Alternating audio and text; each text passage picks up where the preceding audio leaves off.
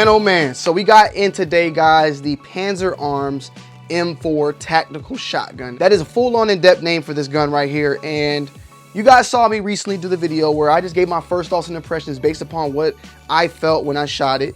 And, you know, comparing it to what it's supposed to be in a way, which is a Benelli clone in some sorts. And it is from Turkey. And there has been some flack for Turkey shotguns and all that. But I'll be honest, shooting this gun, I didn't really see any issue whatsoever. This is the first time I actually put it through a big time torture test in some shape or form and shot over 250 rounds. Unfortunately, just a birdshot. I had some lying around. I got some buckshot on the way, and I plan on doing some more videos with this bad boy down the pipeline. I want to give a huge shout out to Panzer Arms also because they actually commented on the previous video, and we possibly could do some work down in the future. I definitely didn't give the gun as much respect as I should have because I'm not gonna lie, this thing fed and felt amazing. It, for the most part, was just chugging. It has like a chug type of feel to it. When you're just pulling that trigger and it's just dumping, feel me? And I won't lie, at the same time, I did have a couple failure to feeds. I did have a couple failures to eject. At the same time, I always kind of expect that with the best of the best when it comes to any gun. I recently shot my Shadow Systems pistol. I recently shot my Jackal as well and had the same type of issues. So that break-in period or just the failures to feed sometimes is something that's just gonna happen. Also, I was shooting some of the cheapest ammo out there, so it could have been the ammo as well. But for the most part, this thing fed every time I pulled the trigger. And one thing I want to say that I was extremely surprised about was the fact that this gun definitely handled recoil very, very well. I shot this alongside with a Beretta 1301, and the Beretta 1301 felt a little bit more recoil than this. And I don't know why, but it is what it is.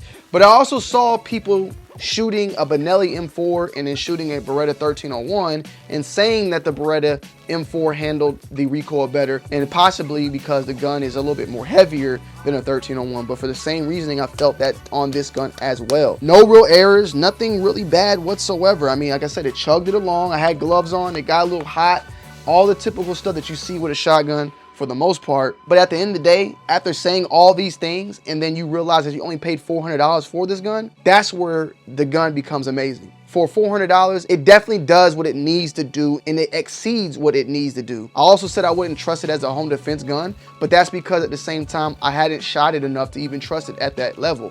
If I was able to put another 250 or another 500 rounds through this thing, and I'm able to actually break it in and I'm not seeing no more of those hiccups, this gun is definitely capable of something that you could use as a home defense gun that is very affordable for someone out there that can't afford a Benelli M4 or any other weapon out there. I definitely say though, regardless of whatever gun you do buy and you plan on using it for home defense, you definitely want to put rounds and rounds and rounds and rounds through it. Put the rounds of the bullets that you plan on using as well. So that's why up next, I want to use some slugs and I want to use buckshots through this bad boy to see how well this thing handles it. But for the most part, I didn't see no issue whatsoever. You know, it fed, it did its stuck thizzle, couple hiccups here and there. Majority of the time, the hiccup, like I said, I don't know what it necessarily was, but I feel like stuff was getting caught on something and I would just rack it back and boom, it would just keep it, you know, keep it flowing, keep it going. Some of y'all asked about the actual stock on here. This is not the stock that initially came with it. The stock that did come with it though was the skeletonized stock. But there's a skeletonized stock that's also adjustable. This is the adjustable one. The skeletonized stock that's not adjustable will come somewhat like this and you can't move it back and forth. Switching it out, fairly easy for the most part. But Panzer Arms actually has a detailed video how to disassemble it, and that's the video I followed when doing that. So this gun did not come like this. I swapped this part out and fairly affordable. The price for this compared to like a real Benelli adjustable stock is it's absurd in my opinion. This is great.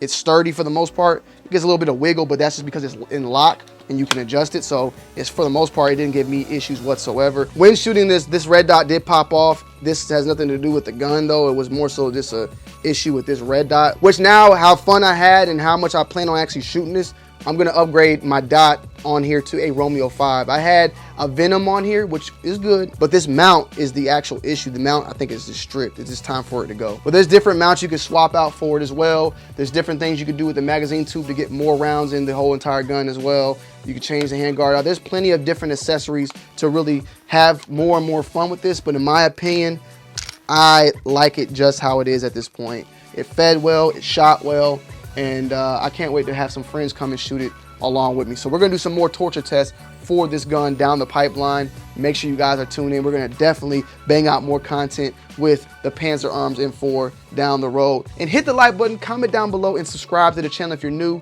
I hope you guys enjoyed this video. We actually got tons of content coming through the pipeline for the end of this weekend to next week, so stay tuned. And I stand corrected, Panzer Arms. You got a good piece of artillery right here, man. You know what I'm saying? Someone commented in the comment section that I was not giving this gun enough credit, and you're right, I didn't, but now I see.